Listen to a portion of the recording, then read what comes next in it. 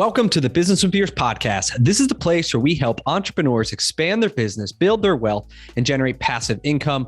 I'm your host, Brian Beers, an entrepreneur who's on a mission to inspire growth from everyone around me. Remember that you need to take the actions others won't, and you can live the life that others don't. Please be sure to check out my weekly newsletter that now drops every Thursday. It includes one quote, one tweet, one podcast recommendation, plus some business and investing insight from me. It's short and it's sweet. My goal is to provide you with just a couple gold nuggets to help inspire your growth. Go to brianbeers.com to subscribe. Hello, everyone. I'm excited today to bring you Vince Vavrunek. Vince is the largest Transworld business advisor franchisee out of Mississippi. He also had experience over 12 and a half years as a ServPro franchisee. So kind of made a transition from running a big franchise business himself to now helping people get into franchises, to buy businesses, to sell businesses, and all that. So welcome to the show, Vince. Thanks, Brian. Thanks for having me. Looking forward to it. Awesome. So to start, can you give us an idea of kind of your journey, starting from about 18 years old? So you graduate high school, like what do you do next? And then how'd you get, I guess, into ServPro? And then we'll get into kind of how you got into the business brokerage side of it. Yeah, sure. How long did you say the podcast was again? I've got a lot of information, but I'll pack it down, kind of give you the Cliff Notes version, as I call it. So the highlights here. 18 years old, I was probably the last person in high school that you would have nominated to have been the most successful or to own a business or own a franchise. So coming from a single mom raised only child background, moved around a lot.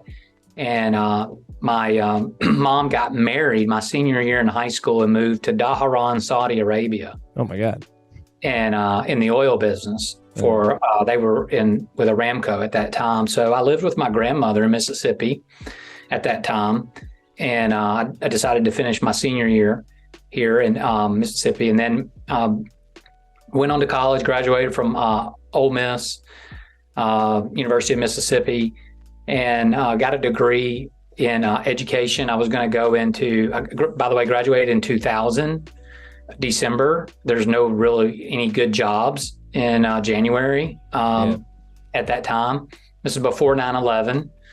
So what happened was I graduated from college, moved back in with my grandmother and did some fundraising, that sort of thing. I was going to go out west and do some corporate wellness, like run a corporate wellness facility for a tech company.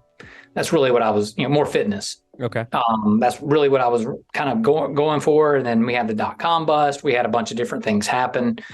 Wound up getting into the golf business, which led me into networking with business owners, which led me into manufacturing sales for furniture manufacturing, and took me to the Midwest, covering Illinois, Iowa, Wisconsin, St. Louis, Tennessee, Mississippi, Louisiana, Arkansas, for 8 years, and started having kids.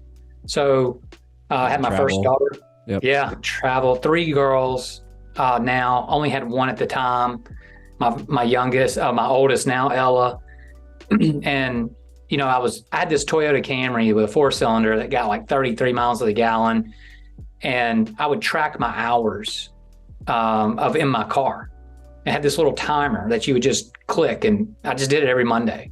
And I was over 30 hours every week drive time. No, by the way, in 2005, we had this catastrophic event happen called Hurricane Katrina. And I had Louisiana, Mississippi, Alabama, and the Florida Panhandle. We also had another hurricane that nobody remembers called Rita right after Katrina that went right through Louisiana. So everybody needed to do furniture for a year and a half. And money was flowing, from the government, from grants, disaster, everything. So I basically lived out of my car and sold furniture for about a year and a half after that, and sold more furniture than anybody in the history of the company at that time that I was working for. And it was just kind of like the right place at the right time. Yep. And was able to save enough money, not buy the Mercedes-Benz, join the country clubs like my peers were doing. I'm still in that Camry, getting 32 miles a gallon. It's paid for. living out of my trunk, staying at cheap hotels and commuting from my aunt's house in Bay St. Louis, Mississippi to cover Louisiana. There's no hotels. And that's when the light bulb kind of went off about buying a business. So I can relate to a lot of people that are looking to come out of a corporate environment or out of the workforce, the W-2 to the SMB world. And I called my dad, who has been in advertising, kind of been an independent contractor sales guy his whole life, never really owned a business, but always dealt with business owners. Mm-hmm. And I asked my dad, I said, hey, I'm gonna go into business for myself. I don't know what I'm going to do. Do you have any suggestions? And he said, well, as any good dad would do, he said, you need to write down your pros and cons of your current job. And you need to divide, write a line down the middle of the paper, pros on one side, cons on the other, and then figure out if you really want to go into business. And then when you do, you need to start writing down some of the businesses you think you would like to buy or you would like to own. Okay. So I stayed at Marriott Courtyards at this time. I'd graduated up from the Red Roof Inn to the Marriott Courtyard. There you go. I'd made enough money, to upgrade, get the Marriott points. And so I stayed at Marriott Courtyards and I ate Chick-fil-A a lot. So, hey, why not, Dad? I'm going to buy a Marriott Courtyard or a Chick-fil-A. So as my bio will tell you, that didn't turn out. And for many different reasons. I didn't have $3 million to buy Marriott, and Chick-fil-A's model was a little different than what I was really wanting to do. Yep. I wanted to own a business in my backyard. So I went back to my dad. I said, Dad, those two didn't work out. Do you have any suggestions? He goes, well, I sell advertising in all these small towns, and I usually sell a car dealer, a State Farm agent, and a ServPro franchise. And I said, whoa, ServPro. So remember back in January of 2001, when I graduated college and I got into the furniture business, I had to go to Tupelo, Mississippi, which is the furniture market, twice a year. And a friend of mine had started a ServPro there. And another friend of mine had graduated in December with me, and he didn't have a job, so he went to work for him. And I used to stay with them at Furniture Market. I was like, hey, I know ServPro. Okay. Tell me more. So that's how I got to ServPro. And then I just cold called ServPro Corporate's office in Gallatin, Tennessee, 615-451-0200. Okay, I still remember it like it was yesterday. Somebody from franchise development calls me back, says, hey, we don't have any open territories in Mississippi except for this one rural area, but let me put you in contact. At that time, they had regional trainers or regional directors. Yep. Since then, things have changed. Blackstone's bought ServPro, private equity, and they've changed some things around. And COVID changed a lot. So I got in touch with a guy in Birmingham, Alabama, who owned Mississippi and Alabama. Basically, if you were going to buy a franchise in Mississippi, you had to go through him. So my wife and I left at like 4:00 one morning, got my mom to babysit our young daughter, and we drove to Birmingham, Alabama. And got the dog and pony show on ServPro, and we walked out of there and we said, we're going to do this. What year was that? So I bought the ServPro in 2008. That was 2007. Okay. So that was March. And what market were you buying? Well, at that time I didn't know. Okay. You wanted there's only this one little rural area. So you're kind of the open territory didn't have enough population for me to really make it. Yeah. Yeah. So he said, the best thing for you to do is to buy an existing franchise. And I've got one in mind that I think would be a good one for you. And it was in Brandon, Mississippi, which is where I live. And I said, that would be awesome. He said, there's only one thing. You're going to have to deal directly with buying the current owner out. And so I'll introduce you, but I'll help you through the process. And so I bought what they call a resale.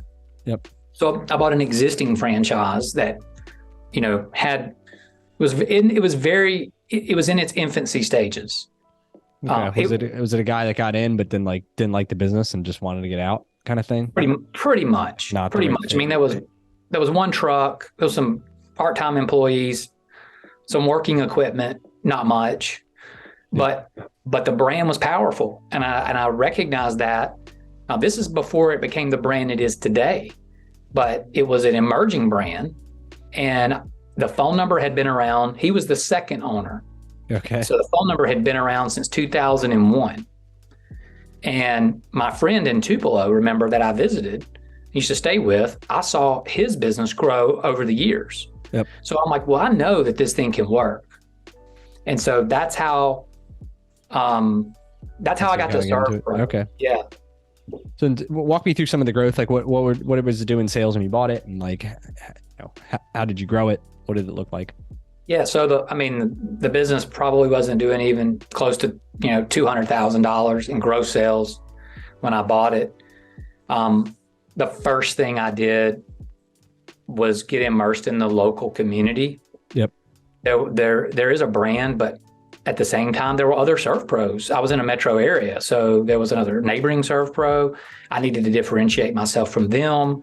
I needed to differentiate myself from Service Master. I needed to differentiate myself from Rainbow, Puro Clean, all the other brands at that time. Yep. And so I needed to be Vince, the surf pro guy. Yep. And that's what happened. So I immediately joined a chamber, got involved in some networking groups, went to ribbon cuttings, held a ribbon cutting, joined every association I could that dealt with insurance claims or disaster. Yep. Built BOMA is a Building Owners Managers Association, the Claims Association, the Insurance Association, that otherwise known as the Big I. Yep. So I started sponsoring things. I started doing trade shows. I started giving away swag, hand sanitizer, pens. Everybody I came across, I gave a pen and a pad. Yeah. I spent a lot of money on marketing that business to make a big splash, Yeah. And how'd it work out? It worked out really good. I mean, the first couple of years were tough. I was on the truck, as they call it. And I had college doesn't give you any knowledge on how to manage hourly employees or how to delegate. You can get an MBA, you can get a PhD in whatever you want to get, and nothing will ever prepare you for managing those hourly employees and then hiring managers to manage them and then delegating. So the first 5 years, I would say 3 to 5 years was a tough road for me. I had to build a brand.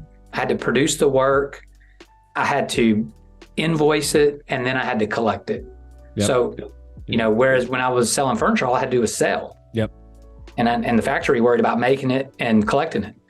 So what do those years look like? Were you making any money? Were you kind of breaking even? Were you making less than what you were making before? What did all that look like? I grew pretty quick. They call it the north in Surf Pro, they call it the Northeastern trend. So if you're going Northeast, you're growing. And that's what we were doing. So we were growing. I started paying myself probably after the first 8 months of a salary that I felt, was going to provide for us. I had a nice nest egg again from that Katrina money, that we sold a bunch of furniture, but, I knew it wasn't going to last forever. So you're looking at about, typical insurances, they don't pay quick.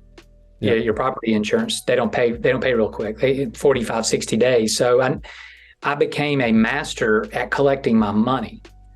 And I even gave a presentation on accounts receivable, because at one time I was the fastest surf pro in the nation in average age accounts receivable days.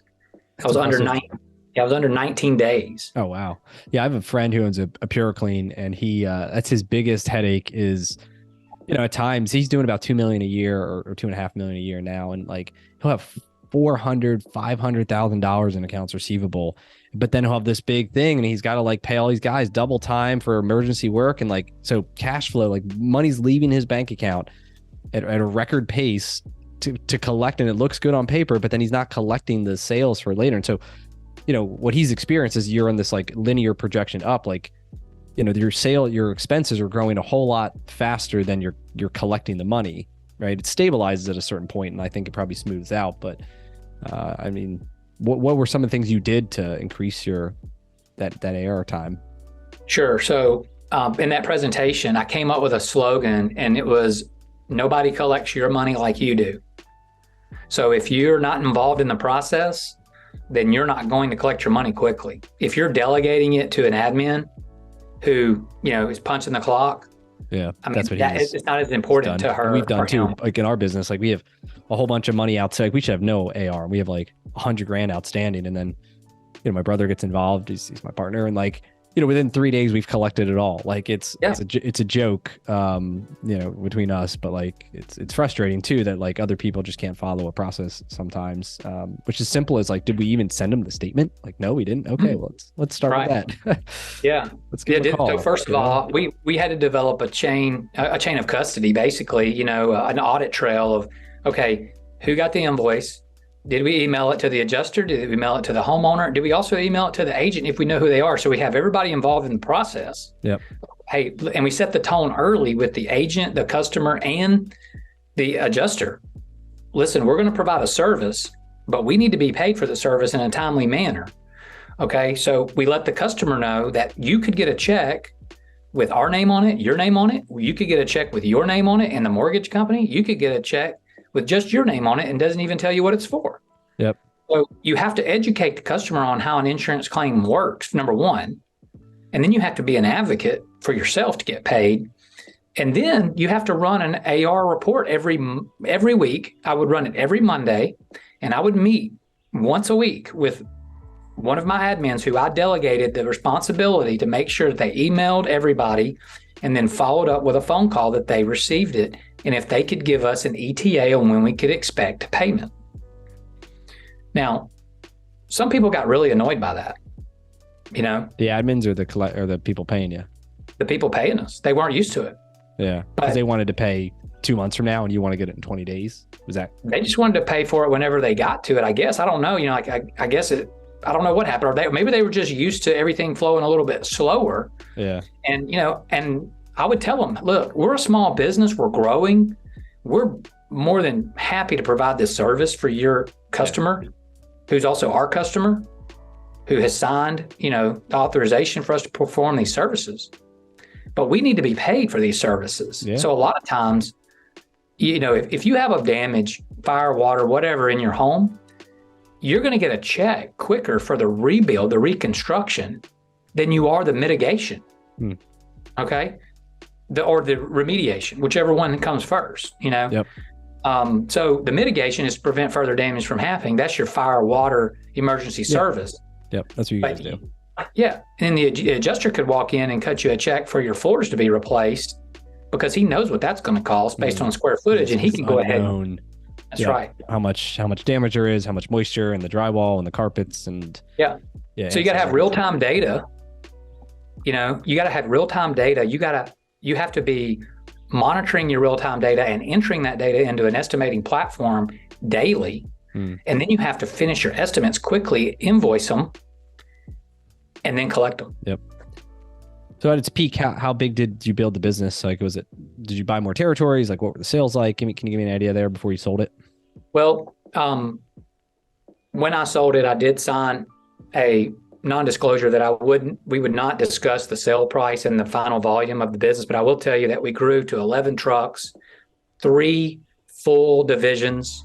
So in ServPro, you had 3 divisions. You had office, production, and sales. We had a manager in each division. My job was to manage the managers. And then we had, below that org chart, we had office, admin, estimating, sales, that sort of thing. So we grew it and we added construction. I got my general contractor license in 2019. We started doing construction and the business, I saw those checks being given to the homeowner. I'm like, well, we could put the floor back. Yep. And did you buy more territory too? Or was all that existing one? So that's pretty good. Then I was one license, one county, and I was the largest single licensed franchisee in the state. Okay.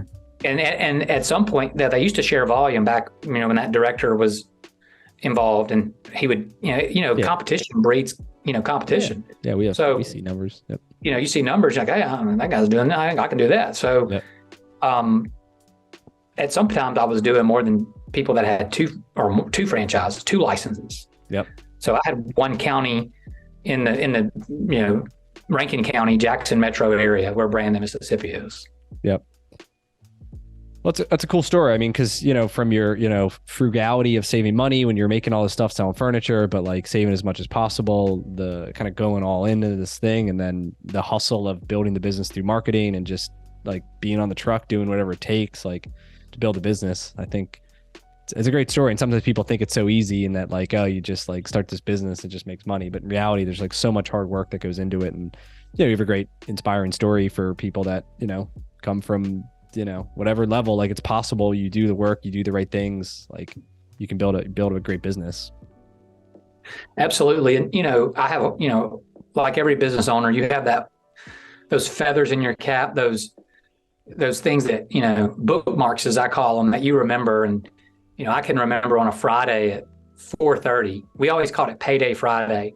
So every other Friday, everybody gets paid. And what do they want to do? They want to get off early and go hang out for the weekend. Yeah. They don't want to go suck water out of a building. Yeah. And we had a sewage loss come in, and this is the worst loss you could ever go on, period. Yeah. Is a sewage backup. Yeah. So yeah. I'll leave it at that. But it was a Friday at 4:30, and I had 2 employees that said they would go. It was a 4-man job. It was a whole house.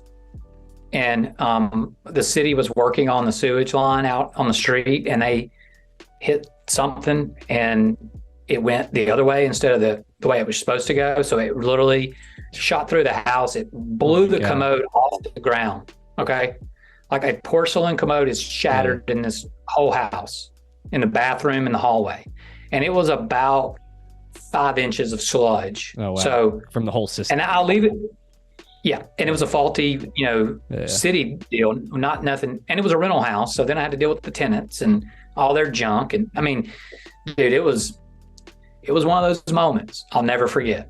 And you were on site. I was there. There was a Walmart down the street. I had to go to Walmart and buy everybody new clothes. Basically the black water boots, Yeah.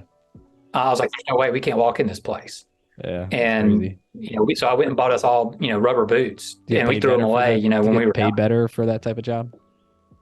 You do. It's Cat 3. So category 3 water, black water, It's better than a lot of people don't understand. Water, like a normal water pipe breaks or whatever. Oh yeah. Because you got contaminants. Yeah. Black water has bloodborne pathogens in it. So hepatitis, AIDS can be in sewage water. So when you see all these people walking through the flood water when all these floods are happening and they've got their suitcase on their head, those sewage systems have backed up into that flood water. So a lot of times you can get infections from flood water just as easy as you can sewage backup. Oh, wow. Good. Well, good you're safe, and there's guys like you that can go out there and help people and make it safe. So that's right. Good. So then let's pivot. Why did you get in? I guess a little bit maybe on why you sold, and then kind of how did you come across Transworld, and why'd you choose that as the next business to go into? Sure. Great question. So my mom was my office manager for 8 years. I hired my mom my last 8 years of as an owner in ServPro, and she actually had cancer of lymph nodes for 16 years, but it was manageable. And in November of 19, her health went downhill, so she went remote. She was still working. She was scrubbing files, helping me do collections. And in December, I had a business broker call me and ask me in December of 19 if I would be interested in selling my business. And I said, well, I don't know. Let me get with my wife. And she was fully on board. She could see some of the emergency service 24 hours on call kind of wearing on me a little bit more. I guess I could see on myself. So from a mental, physical standpoint, she thought it would be a good idea to pivot at this age. I was 43, or no, I'm 42 at the time. 40, yeah. Well, it was actually my birthday. He called me. So yeah, I was 43, December 2nd. And the first meeting was March, the first week of COVID. I remember going to Panera, we had to go order behind a piece of plastic and eat outside. And it was a gentleman that had retired, took an early retirement from a company he was had a minority share in, and he wanted to move back here, be close to his grandchildren, and he wanted to buy an existing business. He did not want to just sit at home. Yep. And so the broker brought him to me, and we hit it off. He was a chemist by trade, so he understood. Servpro made all their own products that they could, and so he understood the disinfectants and the cleaners and the alkalines, and so it kind of scratched an itch, I guess. Yeah, it was in his wheelhouse. Yep. And I had a fully managed team, so I was removed. Yep. Yeah, I wasn't on the truck anymore, and I had some key people, so it was a very attractive transition, for somebody to step in and not get on the truck. And we walked through that process, and I learned so much about, number one, the new requirements to buy a franchise in 2020 versus 2008. And I also learned, what they require, the hoops you have to jump through. I learned things like transfer fees. I learned, I read FDDs again. I kind of immersed myself back in the process. I learned valuation. I learned recasting, normalized earnings. I knew my P&Ls and balance sheets, but I learned so much more about financials. And also, there's a lot of peaks and valleys in buying a business and selling a business. So it's very emotional, and it's a process. So fast forward October 2020, remember we met March, we sold in October of 2020. It should have happened a little bit sooner, and things could have been handled a little bit differently. I'm grateful that everything happened the way it did, and the owner's still successful. He kept all the key employees. Two of those three managers are still with that business today. That's great. So, the legacy lives on. The torch was handed over. Okay. And then what? So then, why did you pivot to Transworld? Was it all these things you learned in the process? It was like you enjoyed it. Like, what was the thing there? I did. It happened at the closing table. We're signing our life away, just like when you buy a business and you sell one, you sign your life away. And the closing attorney he said, "Well, Vince, what are you going to do next?" And literally just off the cuff, I said, "Well, no offense, Mr. Broker, but I think I might be a business broker." And the buyer's spouse said, well, she's the owner too. She said, "Well, I think you'd be a really good one." And we kind of laughed it off. And shortly thereafter, now keep in mind it's October, COVID still kind of got some things, not October of 2020. It was up and down. There's not a whole lot going on. Now I don't have a place to go every day. And so I started looking at business brokerage, and I found Transworld did not have representation in where I lived. And so I went through the process of a new franchisee. I went through Discovery Day. I went through talking to, that initial point of contact, just like I did when I called Servpro that day in 2007. And so I knew the drill, and we did a Discovery Day via Zoom. Yep. Because of COVID. Yep. And Transworld's based out of West Palm. And I did some research, and I talked to about 4 different franchisees with Transworld in all different markets. And one of the franchisees in Greenville, South Carolina, and Asheville was the former president of the franchisor. So he was the former president of Transworld. Well, I thought that spoke volumes, to leave corporate and go buy a franchise. Yep.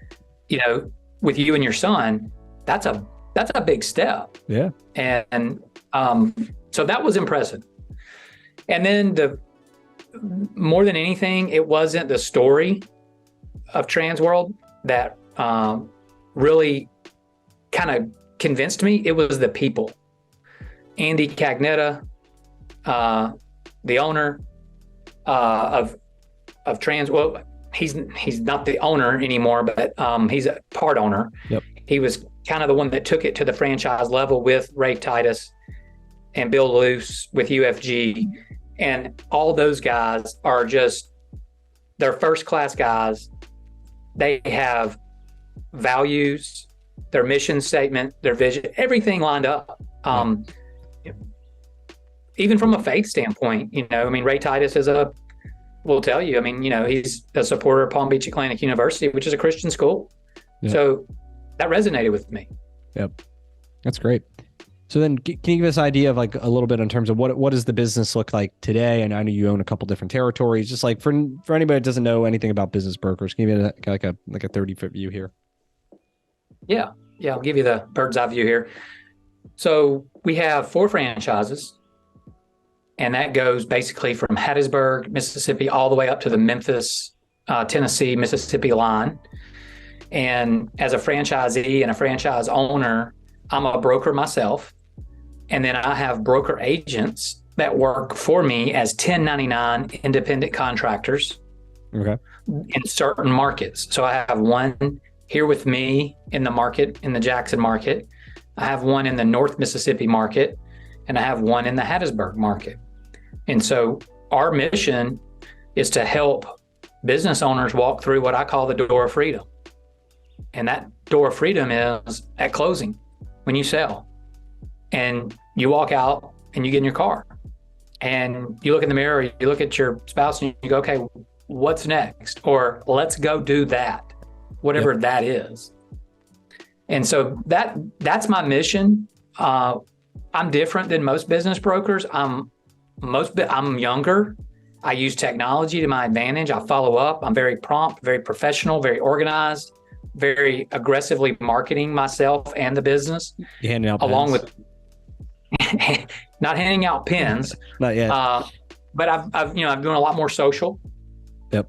A lot more social media, YouTube, education, trying to help people understand that if you want to sell a business, there's a way out. Okay. We're in what they call the silver tsunami or the great wealth transfer. And you know that as a second generation business owner, either you're going to hand it down or you're going to exit. Yep. What's your exit strategy going to look like? And if you're thinking about selling your business, then I'm here to help you figure that out. You might not be ready to sell today, and that's okay, because we got to get you to that point. We've got to prepare your business for sale. Yep. So when that day does come, then you're ready. What's the typical, I don't know, time it takes? Like you get the call, obviously some people aren't ready, some people are.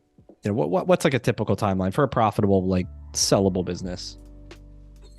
So not every business sells. Yep. All right. Number one, newsflash, not everybody can sell their business. Yep. And you have to have certain things in place. And I can never tell you what the market will do.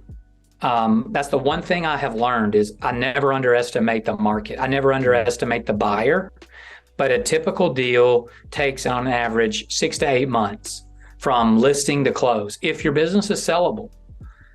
Now, I've learned a lot about different businesses. So just this, and since the new year, I've talked to liquor stores, body shops, manufacturers, distributors, retailers, restaurants.